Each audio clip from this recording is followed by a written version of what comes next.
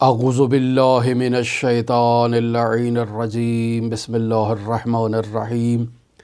الحمد للہ رب العالمین الصلاة والسلام علی اشرف الانبیاء والمرسلین وعلی آلہ طیبین الطاہرین المعصومین الذین اذہب اللہ عنہم الرجس وطہرہم تطہیرا اللہم صلی علی محمد وآل محمد اللہم اخرجنا من الظلمات الوہم واکرمنا بنور الفہم اللہم افتح علینا ابواب رحمتک وانشر علینا خزائن علومک برحمتک یا ارحم الراحمین۔ السلام علی الحسین وعلی علی ابن الحسین وعلی اولاد الحسین وعلی اصحاب الحسین۔ عزیزان محترم، ماہ محرم الحرام کے ایام غم میں ہماری آپ کے ساتھ گفتگو حضرت سید الشہداء علیہ آلاف التحیت والثناء کی گراں قدر زیارت عاشوراء کی کرامات کے باب میں جاری تھی، اور اس سلسلے میں اب تک شیعہ علماء، فقہا اور گراں قدر شخصیات کے حالات زندگی سے مختلف ایسے نایاب واقعات ہم آپ کی خدمت میں بیان کر چکے ہیں جن سے آپ لوگوں نے استفادہ کیا، اور آپ لوگوں کو اس عظیم المرتبت زیارت کی اہمیت کا بخوبی اندازہ ہو چکا ہوگا۔ آج بھی کچھ واقعات میں آپ کی خدمت میں لے کر حاضر ہوا ہوں۔ زیارت عاشوراء سے متعلق ایک کتاب جس میں زیارت عاشوراء سے متعلق حیرت انگیز واقعات کو بیان کیا گیا ہے، اور اس کتاب کے مصنف آیت اللہ ابتہی ہیں۔ یہ آیت اللہ ابتہی کہتے ہیں کہ میں اپنی کتاب جب تحریر کر رہا تھا تو اس کتاب کو لکھنے کے وقت میں آیت اللہ شیخ محمد تقی بہجت فومنی کی خدمت میں حاضر ہوا۔ چونکہ مجھے اس بات کا علم تھا کہ آیت اللہ بہجت بھی ایک ایسی شخصیت ہیں جنہوں نے اپنی تمام زندگی زیارت عاشوراء کو اس کے مکمل آداب کے ساتھ انجام دیا ہے، لہٰذا ایسی شخصیت جو اس قدر زیارت عاشوراء کو پڑھنے میں، اپنی عملی زندگی میں اس قدر اس کا اہتمام کرتی ہے، تو یقینی بات ہے انہوں نے اپنی زندگی میں ایسے بہت سے واقعات دیکھے ہوں گے اس زیارت سے متعلق جو بیان ہونا بہت ضروری ہیں۔ لہٰذا میں آیت اللہ بہجت کی خدمت میں گیا تاکہ ان سے فیض حاصل کروں اور ایسے ہی حیرت انگیز واقعات ان سے معلوم کروں، اور پھر ان واقعات کو اپنی اس کتاب کی زینت بخشوں۔ لہٰذا آیت اللہ بہجت کی خدمت میں حاضر ہوتا ہوں اور ان سے اس مقصد کو بیان کرتا ہوں کہ میں زیارت عاشوراء سے متعلق حیرت انگیز واقعات کو جمع آوری کر رہا ہوں اور اسے ایک کتاب کی صورت میں پبلش کرنا چاہتا ہوں، تو آپ بھی اس سلسلے میں مجھے کچھ عنایت فرمائیں۔ تو آیت اللہ بہجت سے متعلق وہ کہتے ہیں کہ آیت اللہ بہجت نے اپنی گفتگو کے آغاز میں زیارت عاشوراء کی سند سے متعلق میرے ساتھ گفتگو کی، زیارت عاشوراء کے متن سے متعلق جو الفاظ اور جو مضامین اس زیارت کے اندر استعمال ہوئے ہیں، ان الفاظ اور مضامین پر مجھ سے گفتگو فرمائی، اور پھر آگے آیت اللہ بہجت نے اپنی گفتگو میں اس مطلب کی طرف اشارہ کیا کہ زیارت عاشوراء کی سند بھی عظیم ہے، زیارت عاشوراء میں درج مطالب بھی بہت ہی گراں قدر مطالب ہیں، اور اسی عظیم المرتبت سند اور اسی عظیم المرتبت مطالب کے پیش نظر شیعہ علماء اور شیعہ فقہا نے تاریخ اسلام میں زیارت عاشوراء کی قراءت پر بہت توجہ دی ہے، بہت اس کا انتظام اور اس کا اہتمام کیا ہے اپنی زندگی میں، اور آگے علماء کو اور آگے شاگردوں کو اور آگے مؤمنین کو اس زیارت کی قراءت پر ترغیب دلائی ہے، توجہ دلائی ہے اور تشویق دلائی ہے، اور اس کی بنیادی وجہ ہی یہ زیارت عاشوراء کی عظیم المرتبت سند ہے اور عظیم المرتبت معانی اور مطالب اور مضامین ہیں جو اس زیارت عاشوراء کے اندر بیان ہوئے ہیں۔ آیت اللہ بہجت اپنی گفتگو میں ان تمام موضوعات کو بیان کرنے کے بعد ایک واقعہ نقل کرتے ہیں، لیکن جس شخصیت سے متعلق یہ واقعہ ہے اس شخصیت کا نام آیت اللہ بہجت نے اپنی گفتگو میں اور اپنے کلام میں بیان نہیں فرمایا،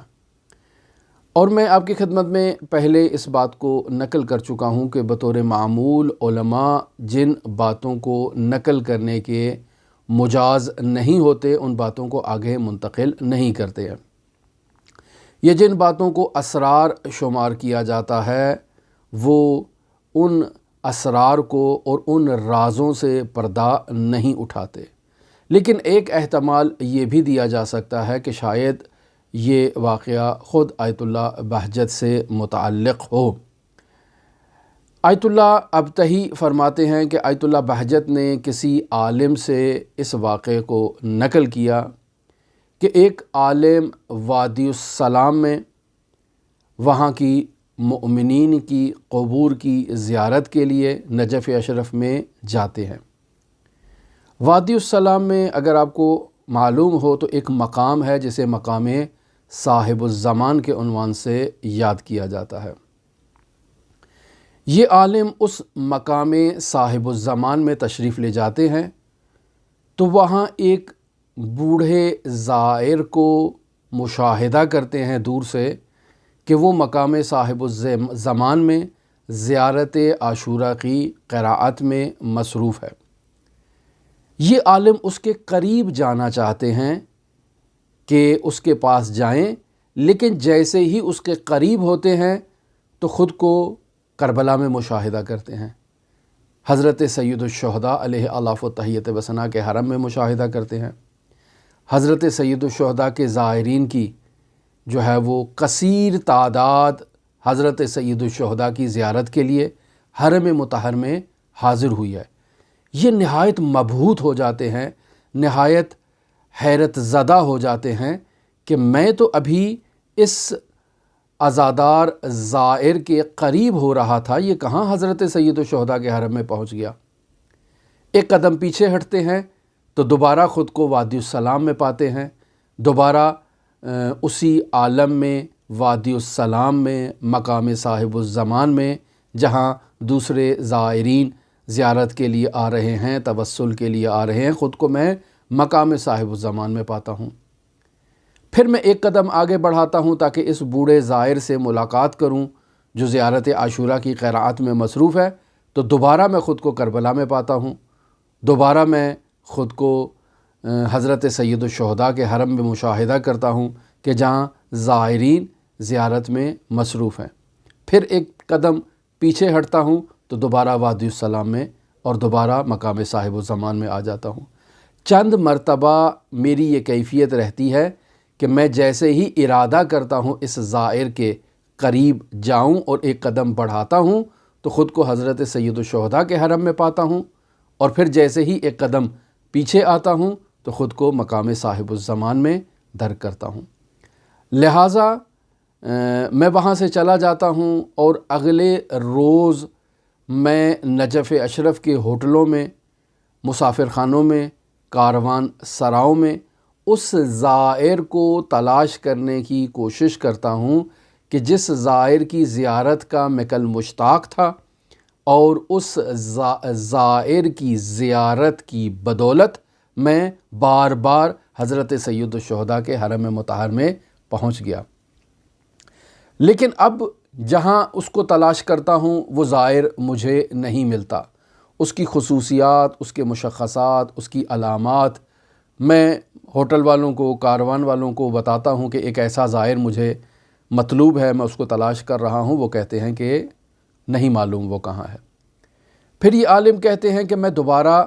مقام صاحب الزمان کی طرف وادی السلام میں جاتا ہوں کہ شاید وہ زائر مجھے وہاں پر دوبارہ مل جائے اور میری اس سے ملاقات ہو جائے۔ تو یہ عالم فرماتے ہیں کہ اب جب میں وادی السلام میں جاتا ہوں تو وہاں ایک شخص کو ملتا ہوں کہ جو شخص نہایت ہی عجیب و غریب اور خارق العادہ قسم کی گفتگو بیان کر رہا ہے، اور اس کے حالات بھی نہایت ہی عجیب ہیں۔ مختلف موضوعات پر وہ مجھ سے گفتگو کرتا ہے، اور اپنی گفتگو کے دوران وہ مجھ سے یہ کہتا ہے کہ آپ جس زائر کو تلاش کرنا چاہتے ہیں وہ اس وقت نجف اشرف میں موجود ہی نہیں ہے، آپ جس قدر اسے تلاش کریں گے وہ آپ کو نہیں ملے گا، وہ اب یہاں سے جا چکا ہے۔ حالانکہ میں نے اس شخص کو نہیں بتایا کہ میں یہاں وادی السلام میں کسی زائر کو تلاش کرنے کے لیے آیا ہوں، کسی زائر سے ملاقات کرنا چاہتا ہوں۔ میں نے اپنی زبان سے اسے اس مطلب کی طرف متوجہ نہیں کیا، لیکن اس نے بغیر بتائے ہوئے، بغیر پوچھے ہوئے میرے دل کے اندر موجود جو سوال تھا اس سوال کو کشف کر لیا اور مجھے اس کا جواب بھی دے دیا کہ وہ زائر اب یہاں پر موجود نہیں ہے۔ یہ واقعہ آیت اللہ بہجت رحمۃ اللہ علیہ سے آیت اللہ ابتہی نے اپنی کتاب حیرت انگیز واقعات میں نقل کیا ہے۔ دوسرا واقعہ جسے آیت اللہ بہجت سے ہی آپ کی خدمت میں نقل کیا ہے آیت اللہ ابتہی نے، جسے میں یہاں نقل کر رہا ہوں آپ کی خدمت میں، یہ واقعہ یہ ہے کہ آیت اللہ بہجت شیخنا الاعظم شیخ مرتضیٰ انصاری رحمۃ اللہ علیہ سے متعلق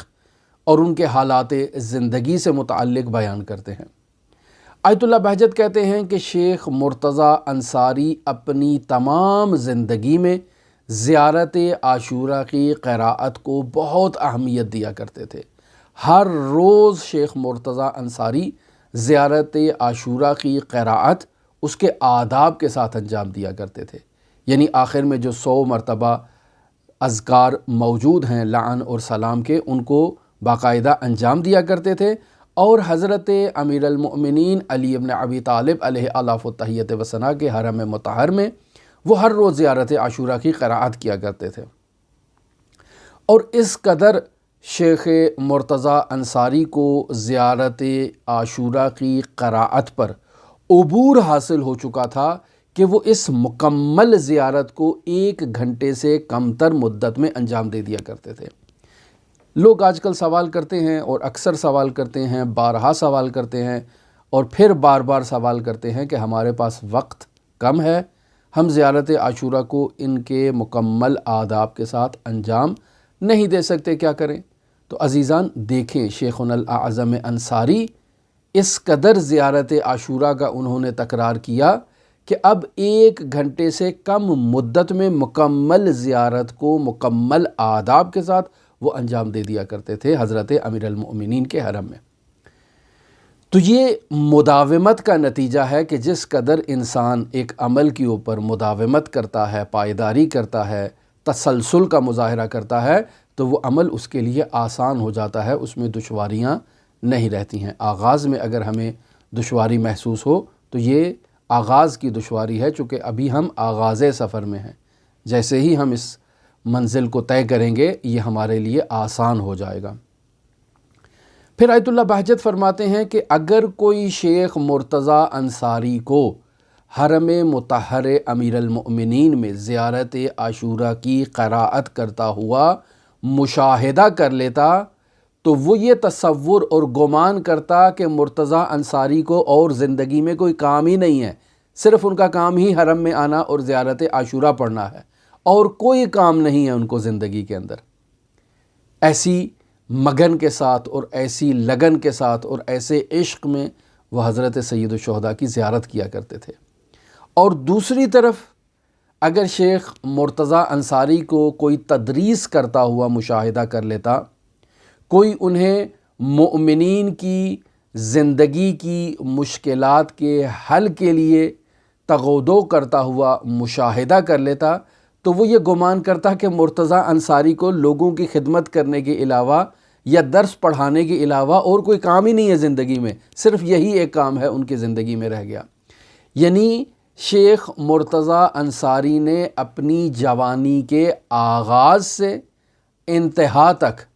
جن اعمال کو باقاعدگی سے انجام دیا ہے وہ 4 عمل ہیں۔ مثلا یہی درس پڑھنا، لوگوں کی زندگی میں موجود مشکلات کو برطرف کرنا، لوگوں کی خدمت کرنا، لوگوں کی حوائج کو برآوردہ کرنا، اور انہی اعمال میں سے ایک عمل جسے شیخ مرتضیٰ انصاری نے اپنی تمام زندگی میں باقاعدگی کے ساتھ انجام دیا ہے وہ زیارت عاشوراء کی قراءت ہے۔ اس قدر اہمیت رکھتی ہے یہ زیارت عاشوراء علماء اور فقہائے شیعہ کے حالات زندگی میں۔ پھر ایک واقعہ آپ کی خدمت میں نقل کرتا ہوں کہ زیارت عاشوراء کی قراءت کے نتیجے میں زائر زیارت عاشوراء اور زائر حضرت ابا عبداللہ الحسین علیہ السلام نے کربلا کے تمام واقعات کو اپنی آنکھوں سے مشاہدہ کیا۔ ماجرا کچھ اس طرح سے ہے کہ ایک آیت اللہ اصفہان کے بہت ہی گراں قدر آیت اللہ ہیں جن کا نام ہے آیت اللہ سید زین العابدین ابرقوئی۔ ابرقو ایران کا ایک علاقہ ہے۔ یہ آیت اللہ زین العابدین اس علاقے کے جو ہے وہاں ان کی پیدائش ہوئی، اس علاقے سے ان کا تعلق تھا، اس وجہ سے انہیں آیت اللہ زین العابدین ابرقوئی کہا جاتا ہے۔ اور یہ آپ کی خدمت میں بیان کرتا چلوں، پہلے بھی بیان کر چکا ہوں کہ ایران کی یہ رسم ہے کہ جو شخص جس علاقے میں پیدا ہوتا ہے، جس علاقے سے اس کا تعلق ہوتا ہے، اس کے نام کے ساتھ اس علاقے کو بھی جوڑ دیا جاتا ہے۔ جیسے آیت اللہ شیخ محمد تقی بہجت فومن میں پیدا ہوئے، فومن سے ان کا تعلق تھا، لہٰذا گیلان کے اس علاقے فومن کو ان کے نام کے ساتھ جوڑ دیا گیا اور انہیں آیت اللہ شیخ محمد تقی بہجت فومنی کہا جاتا ہے۔ اسی طرح تمام جو فقہا ہیں، تمام جو شخصیات ہیں، ان کے نام کے آخر میں جو لفظ ہوتا ہے وہ ان کے شہر کی علامت ہوتا ہے کہ یہ اس شہر کے جو ہے وہ ان کا تعلق ہے، اس شہر میں ان کی ولادت ہوئی ہے یا اس شہر سے ان کے آباء و اجداد کا تعلق ہے۔ جیسے آیت اللہ سیستانی، سید علی حسینی سیستانی جو ابھی مرجع تقلید ہیں، ان کا تعلق سیستان سے ہے، ایران کے جو صوبہ ہے باقاعدہ۔ یا اسی طرح آپ جتنی بھی آیات، شخصیات ان کو ملاحظہ کر لیں، آیت اللہ مرحوم سید ابو القاسم خوئی، ان کے نام کے آخر میں خوئی تھا، یہ ایک شہر ہے باقاعدہ ایران میں۔ یہ اس کے علاوہ جتنی بھی شخصیات ہیں، سبزواری، سبزوار سے ان کا تعلق ہے، مشہدی، ان کا تعلق مشہد سے ہے۔ تو یہ اسی طرح سے ابرقوئی، ان کا تعلق اس علاقے سے تھا جو ابرقو ہے، وہاں ان کی ولادت ہوئی اور پھر اس کے بعد یہ اصفہان میں اور شہر اصفہان میں انہوں نے اپنی ساری زندگی گزاری۔ ایک نہایت ہی نامور عارف، نامور فقیہ، نامور شخصیت اور شہرائے آفاق رکھنے والی شخصیت ہیں اصفہان میں، اور ہر کوئی انہیں جانتا ہے، مرحوم ہو چکے ہیں۔ وہاں ان کا مقبرہ ہے باقاعدہ قبرستان تختہ فولاد کے اندر۔ تو یہ آیت اللہ سید زین العابدین ابرقوئی ان سے متعلق اس واقعے کو نقل کر رہے ہیں آیت اللہ صادق طباطبائی۔ وہ بیان کرتے ہیں کہ آیت اللہ ابرقوئی اس قدر زیارت عاشوراء کو اہمیت دیا کرتے تھے، اس کو پابندی اور باقاعدگی کے ساتھ اپنی زندگی میں انجام دیا کرتے تھے اور اس میں مصروف رہا کرتے تھے کہ یہ خود ایک درس تھا ان کی زندگی میں زیارت عاشوراء کا۔ لہٰذا ایک رات وہ اپنے کمرے میں زیارت عاشوراء کی قراءت میں مصروف ہوتے ہیں اور زیارت عاشوراء کے بعد وہ جو سجدہ شکر انجام دیا جاتا ہے، اللہم لک الحمد حمد الشاکرین، تو اس سجدے میں ان کی حالت تبدیل ہو جاتی ہے، وہ منقلب ہو جاتے ہیں اور خود کو کربلا میں مشاہدہ کرتے ہیں، یعنی اپنے گھر میں ہیں، سجدے کی حالت میں ہیں اور سجدہ شکر بجا لا رہے ہیں۔ زیارت عاشوراء کی قراءت کے بعد خود کو کربلا میں مشاہدہ کرتے ہیں، روز عاشور ہے، اور حضرت سید الشہداء علیہ آلاف و تحیت و ثنا پر جو مصیبتیں وارد ہو رہی ہیں، جو مظلومیتیں آ رہی ہیں، ان تمام مصائب کو خود مشاہدہ کرتے ہیں کربلا کے اندر۔ اور پھر آیت اللہ زین العابدین ان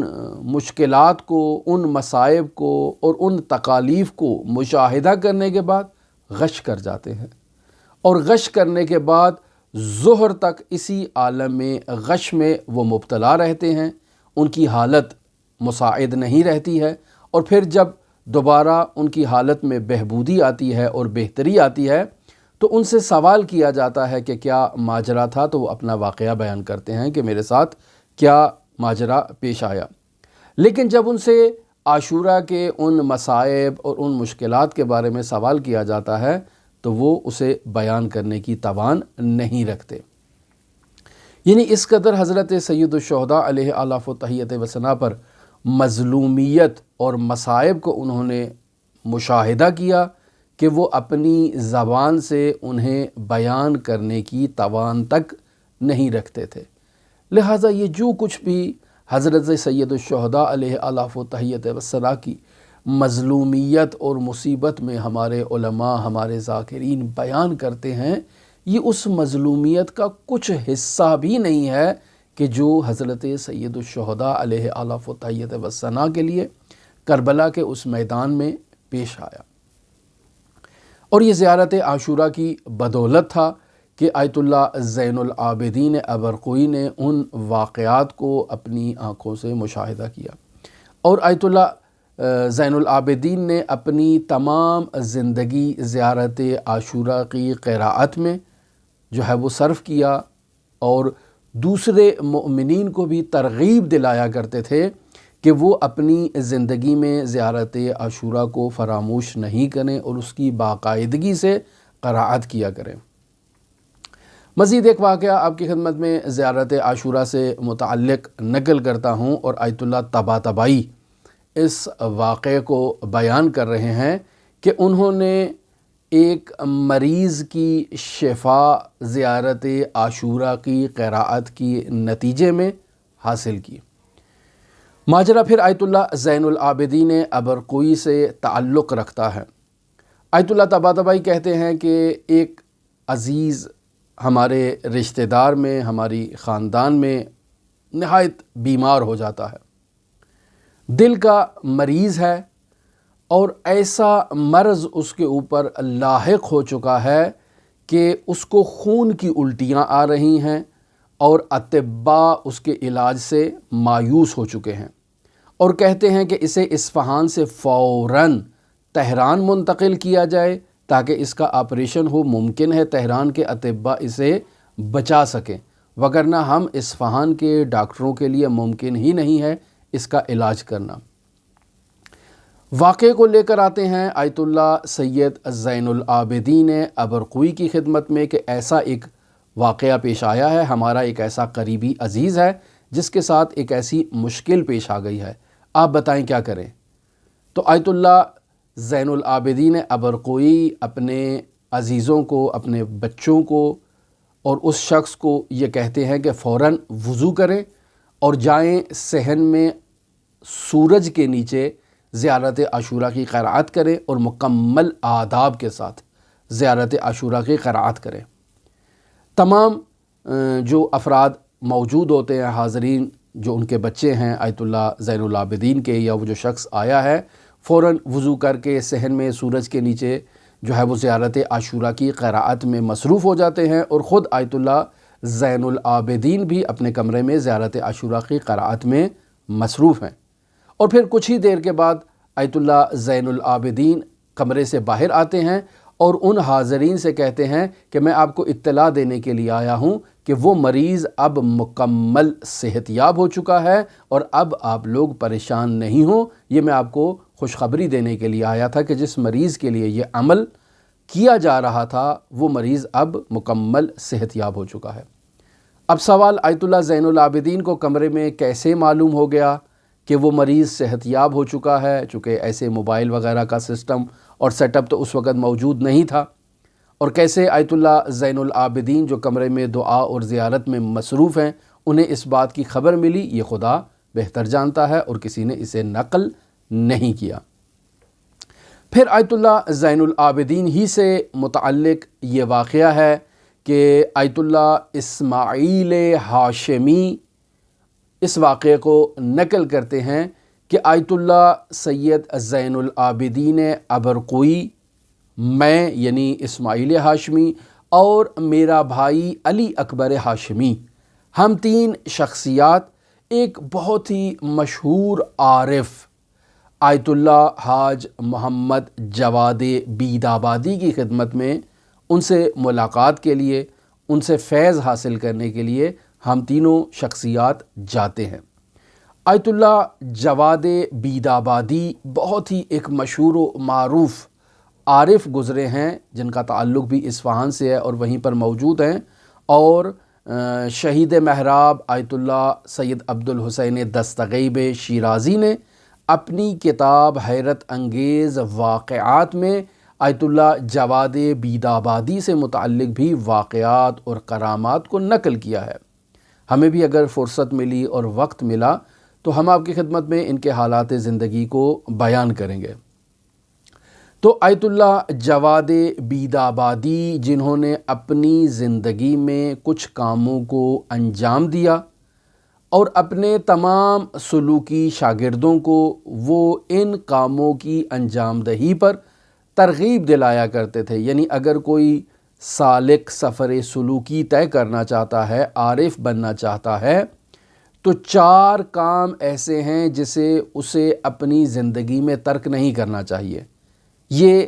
دستور سلوکی ہے آیت اللہ محمد جواد بیدابادی کا کہ ان 4 کاموں پر عمل کرنا اور انہیں اپنا وظیفہ قرار دینا ہر سالک پر واجب ہے۔ پہلا وظیفہ یہ ہے کہ دائم الوضو رہنا، یعنی جب بھی آپ کا وضو ختم ہو فوراً تجدید وضو کی جائے اور فوراً وضو کو انجام دیا جائے۔ دائم الوضو رہنا یہ پہلا وظیفہ ہے۔ دوسرا وظیفہ یہ ہے کہ نماز کو اول وقت میں ادا کرنا، جب مؤذن نے اللہ اکبر کی اذان شروع کی فوراً پہلے سے وضو کیا ہو اور وضو کے بعد فوراً آپ بھی اذان کو ادا کریں، اقامت کہیں اور پھر نماز کو ادا کرنا شروع کر دیں، بشرطی کہ احتیاط کا وقت مد نظر رکھا جائے، چونکہ بعض اوقات اذان کو وقت سے پہلے دے دیا جاتا ہے اسباب احتیاط، جیسے ہمارے ملک میں ماہ مبارک رمضان میں ایسی احتیاطیں بہت زیادہ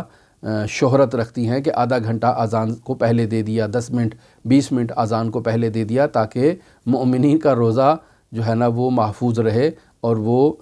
نہ کریں اس طرح سے سحر کے وقت اذان کے وقت جو ہے وہ کھانا پینا ترک کر دیں، لہٰذا احتیاطاً پہلے دے دیتے ہیں تاکہ اگر کوئی اس امر کی پابندی نہ بھی کرے تو بھی اذان کے بعد تک جو ہے وہ حتماً کھانا ترک کر دے گا اور اس سے اس کا جو روزہ ہے وہ پھر بھی سالم رہے گا۔ ایسے بعض لوگوں نے احتیاطات بنائی ہیں جس کے ہم قائل نہیں ہیں اور نہ ہی اس کی ترغیب لوگوں کو دلاتے ہیں۔ خوب، پہلا مسئلہ جسے بیان کیا گیا سفر سلوکی کے طور پر وہ دائم الوضو رہنا ہے۔ دوسرا وظیفہ جسے سلوکی طور پر بیان کیا گیا وہ نماز کو اول وقت میں اور پہلے ہی وقت میں جب تکبیرۃ الاحرام جب اذان کی آواز آ رہی ہے تو یہ اذان کہے، اقامت کہے اور نماز کو ادا کرنا شروع کر دے۔ تیسرا وظیفہ زیارت عاشوراء کی قراءت ہے مکمل آداب کے ساتھ، کہ ایک سالک اگر سالک بننا چاہتا ہے تو اسے اپنی زندگی میں حضرت سید الشہداء سے توسل کرنا اور ان کی زیارت کرنا یہ اس کا وظیفہ ہے۔ اگر وہ مدارج عالیہ طے کرنا چاہتا ہے تو باب الحسین بہترین راستہ ہے ایک سالک کے لیے اس سلوکی سفر کو طے کرنے کے لیے۔ اور چوتھا وظیفہ جسے آیت اللہ محمد جواد بیدابادی اپنے شاگردوں کو بیان کیا کرتے تھے وہ حضرت صاحب العصر والزمان اجل اللہ تعالی فرجہ الشریف سے توسل ہے، کہ ایک سالک کے لیے یہ ضروری ہے کہ وہ ہر روز اپنے وقت کے امام سے جو ہے وہ ان کی خدمت میں حاضر رہے، ان سے توسل کرے، ان سے رابطہ قائم کرنے کی کوشش کرے، اور ہر وقت خود کو امام وقت کے محضر میں جانے کہ میں امام کے حضور میں ہوں۔ میرے وقت کا امام وہ امام ہے کہ جو تشہد مقامی تسمع کلامی و ترد سلامی کا مصداق ہے، اور وہ میرا کلام سن رہا ہے، میرے سلام کا جواب دے رہا ہے۔ میں اس کے محضر میں موجود ہوں، لہٰذا اس کے محضر میں اس کے حضور سے متعلق آداب کی رعایت کرنا یہ میری ذمہ داری ہے۔ مزید ایک واقعہ آپ کی خدمت میں نقل کرتا ہوں آیت اللہ طیب سے، کہ جنہوں نے اپنی زندگی میں زیارت عاشوراء پر بہت توجہ دی، اور یہ آیت اللہ اصفہان سے تعلق رکھتے ہیں، فقیہ اہل بیت ہیں، مفسر ہیں، اور ایسے عظیم الشان فقیہ ہیں کہ جن کے اساتید بھی نہایت گراں قدر ہیں۔ یعنی آیت اللہ سید ابو الحسن اصفہانی جو نجف اشرف عراق کے مرجع تقلید تھے، مرجعیت عامہ کے منصب پر فائز تھے، وہ ان کے اساتید میں سے ہیں۔ پھر آیت اللہ ناعینی کوئی معمولی شخصیت نہیں ہے، وہ ان کے اساتید میں سے تھے۔ آیت اللہ آغا ضیاء الدین عراقی وہ بھی آیت اللہ طیب کے اساتید میں سے تھے۔ تو پس آیت اللہ طیب کی عظمت کو درک کرنے کے لیے ہم ان کے اساتید کے اگر نام بھی بیان کر دیں تو یہ کافی ہے کہ ایسے عظیم المرتبت اساتید کو درک کرنے والا شاگرد جو مقام اجتہاد کے منصب پر فائز ہو، وہ یقینی بات ہے کہ معمولی شخص نہیں ہوگا، اور پھر عارف بھی ہو۔ تو آیت اللہ طیب کی یہ روش تھی کہ انہوں نے اپنی زندگی میں جہاں زیارت عاشوراء پر توجہ دی، 2 مہینے ایسے تھے محرم اور صفر کے جن میں آیت اللہ طیب زیارت عاشوراء کی بہت پابندی کے ساتھ رعایت کیا کرتے تھے، مکمل آداب کے ساتھ، جو آخر میں 2 اذکار 100 مرتبہ اس زیارت میں انجام دینے ہیں، انہیں باقاعدگی کے ساتھ انجام دیتے تھے ان 2 مہینوں میں، خصوصاً محرم اور صفر کے مہینوں میں۔ پھر یہ آیت اللہ طیب ان کی زیارت عاشوراء کی قراءت میں ایک حاجت بھی تھی جسے وہ حضرت سید الشہداء سے مطالبہ کرنا چاہتے تھے، اور ان کی حاجت یہ تھی کہ شب تاسوعا ان کا انتقال ہو اس دنیا سے، ان کی تشییع ہو اور انہیں دفن کر دیا جائے۔ یعنی وہ اپنی لیلۃ الدفن شب عاشوراء کو قرار دینا چاہتے تھے، لہٰذا وہ اپنی زندگی میں انہوں نے یہ روٹین قائم کر رکھی تھی کہ وہ محرم اور صفر میں زیارت عاشوراء کی باقاعدگی سے قرأت کرتے تھے آداب کے ساتھ، اور اس حاجت کو مد نظر رکھتے تھے۔ اور اسی طرح سے ہوا کہ آیت اللہ طیب کہتے ہیں کہ ان کا انتقال آیت اللہ طیب کا جو ہے وہ شب تاسوعا ہوتا ہے، اور اسی طرح سے انہیں اس رات دفن کیا جاتا ہے، اور ان کی لیلۃ الدفن حضرت سید الشہداء علیہ آلاف التحیت و ثنا کی مظلومیت کے ایام سے تعلق رکھتی ہے۔ گفتگو ہماری طولانی ہے، اور علماء کی زندگی میں زیارت عاشوراء سے متعلق اس قدر واقعات موجود ہیں کہ نہیں معلوم کس واقعے کو آپ کی خدمت میں بیان کیا جائے اور کس واقعے کو ترک کیا جائے۔ آج کل کے دور میں لوگ ممکن ہے ہماری گفتگو سے بعض لوگ تھک جائیں، خستہ ہو جائیں، اور کہیں کہ بہت لمبا درس دے دیا، بہت لمبی گفتگو کر دی، بہت زیادہ واقعات بیان کر دیے، کچھ کم وقت ہونا چاہیے۔ لیکن عزیزان محترم، ہماری زندگی بہت محدود ہے۔ علم کا بہت بڑا ایسا خزانہ ہے جسے ہم نے ابھی درک ہی نہیں کیا ہے۔ ہمیں عالم کہا جاتا ہے، لیکن ہمارا علم ان مختصر الفاظ اور کلمات پر مشتمل ہے، ان محدود معلومات پر مشتمل ہے جو ہمارے پاس ہیں۔ ان معلومات کو اگر دیکھا جائے جو ہمارے پاس نہیں ہیں تو ہم سے بڑا کوئی جاہل نہیں ہوگا۔ لہٰذا ایک حرص رہتی ہے، ایک طمع اور لالچ رہتا ہے کہ انسان زیادہ سے زیادہ علم حاصل کرے، زیادہ سے زیادہ مطالب کو آگے معاشرے تک منتقل کرے. ہمیں اس سے کوئی فائدہ تو نہیں ہے، نہ آپ سے کوئی مادی فائدہ ہے اور نہ ہی کسی اور سے کوئی مادی فائدہ ہے، لیکن چاہتے ہیں کہ یہ باتیں آپ لوگوں تک منتقل ہو جائیں. لہٰذا آیت اللہ امینی سے متعلق ایک واقعے کو آپ کی خدمت میں نقل کرتا ہوں، اور اس واقعے کو نقل کر رہے ہیں ڈاکٹر محمد ہادی امینی، جو آیت اللہ امینی کے بیٹے ہیں. آیت اللہ امینی ایک بہت ہی گراں قدر شخصیت ہے. تاریخ تشیع میں تشیع کے لیے بہت عظیم خدمات دینے والی شخصیت کا نام امینی ہے. ان کے حالات زندگی خدا ہمیں توفیق دے ہم آپ کی خدمت میں بیان کر سکیں. انہوں نے الغدیر نامی کتاب 11 جلدوں پر پبلش کی، جس کا شاید فارسی میں 22 جلدوں پر بھی ترجمہ ہو چکا ہے. ایک ایسی گراں قدر کتاب ہے کہ جس میں امیر المؤمنین علی ابن ابی طالب کی ولایت اور خلافت سے متعلق اس واقعہ غدیر کو تفصیلی طور پر بیان کیا ہے علامہ امینی نے. تو علامہ امینی، ان کی یہ روٹین تھی کہ یہ اپنی زندگی میں زیارت عاشورہ کو بہت اہمیت دیا کرتے تھے. تو ڈاکٹر ہادی امینی کہتے ہیں کہ میں نے جمعرات کی رات ایک خواب میں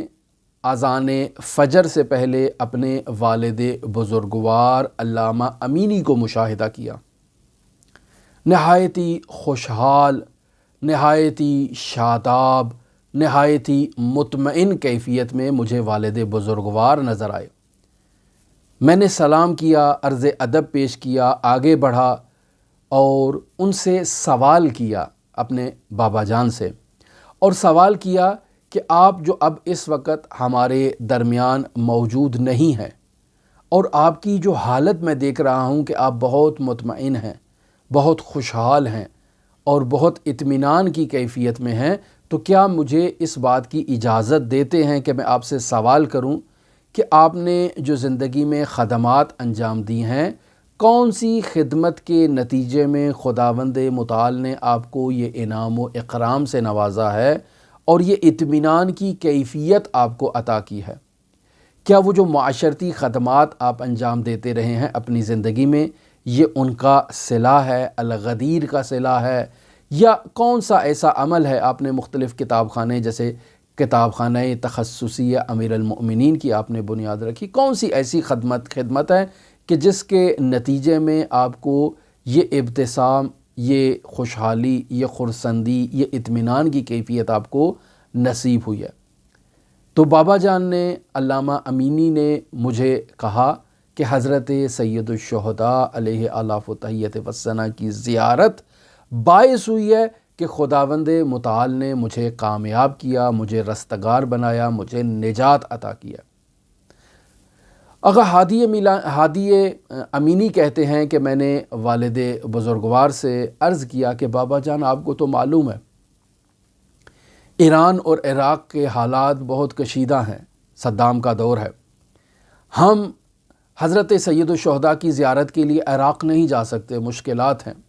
مسائل ہیں. یہ مشکل میری اور آپ کی بھی ہے. آج کل ایران اور عراق کا بارڈر غیر ایرانی افراد کے لیے بند ہے، بائی ایئر ہی جس نے جانا ہے وہ جا سکتا ہے. یہ وہ افراد کہ جن کے پاس مالی سرمایہ نہیں ہے، حضرت سید الشہداء علیہ آلاف و تحیت وسنہ کی زیارت کے لیے ان کے دل تڑپ رہے ہیں، بےتاب ہیں، اور وہ چاہتے ہیں کہ حضرت سید الشہداء کے حرم مطہر میں جائیں، جا کر حضرت سید الشہداء کے حضور سلام عقیدت پیش کریں، السلام علیک یا ابا عبداللہ کہیں جا کر، لیکن نہیں جا سکتے ہیں. مالی مشکلات ہیں، مالی مسائل ہیں، پیچیدگیاں ہیں، زاد راہ موجود نہیں ہے، سہولیات میسر نہیں ہیں، پاسپورٹ نہیں ہے، بیماریاں ہیں، توانائی نہیں ہے، توفیقات نہیں ہیں، بہت ساری مشکلات ہیں. تو آغا ہادی امینی کہتے ہیں کہ میں نے والد بزرگوار سے کہا کہ بابا جان، مشکلات ہے، ہم حضرت سید الشہداء کے حرم مطہر میں نہیں جا سکتے زیارت کے لیے، مسائل ہیں، آپ بتائیں اب ہم کیا کریں؟ تو بابا نے کہا کہ جاؤ بیٹا جان، حضرت سید الشہداء علیہ آلاف و تحیت و ثنا کی مجالس کا جہاں فرش عزا بچھایا جائے، اس فرش عزا پر خود کو حاضر کرو اور وہاں بیٹھ کر حضرت سید الشہداء کی زیارت کرو، آپ کو وہی ثواب مل جائے گا جو حضرت سید الشہداء علیہ آلاف و تحیت و ثنا کے حرم مطہر میں زیارت کا آپ کو ثواب ملنا تھا۔ اور یہ وہ مقام ہے مجالس عزا حسینی کہ جو ان مجالس عزا میں حاضر ہوتا ہے اس کو ہر قسم کے ہم و غم سے، ہر قسم کی مشکل سے اسے رہائی مل جاتی ہے۔ روایات میں بیان ہوا ہے کہ اگر کوئی شخص حاجت رکھتا ہے،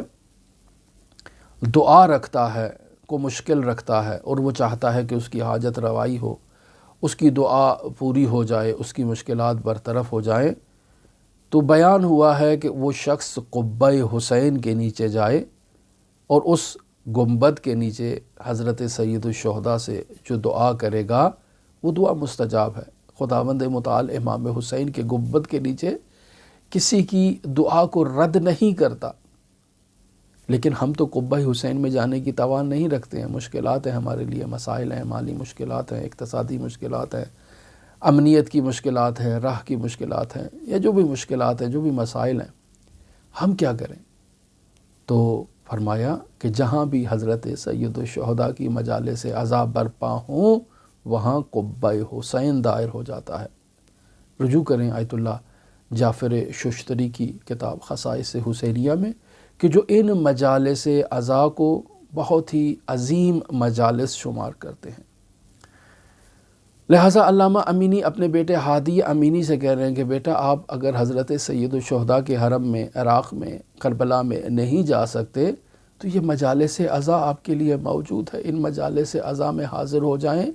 آپ حائر حسینی میں داخل ہو چکے ہیں، جیسے آیت اللہ بہجت سے میں نے نقل کیا آپ کی خدمت میں اس آغاز والے واقعے میں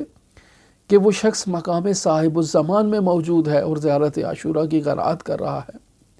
میں اس کے قریب ہوتا ہوں، ایک قدم بڑھاتا ہوں، خود کو حائر حسینی میں دیکھتا ہوں، خود کو حرم حسینی میں دیکھتا ہوں۔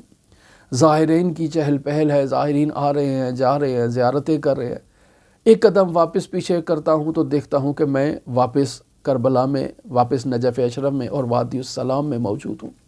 پھر ایک قدم بڑھاتا ہوں تو دیکھتا ہوں خود کو حائر حسینی میں، خود کو حرم حسینی میں مشاہدہ کرتا ہوں۔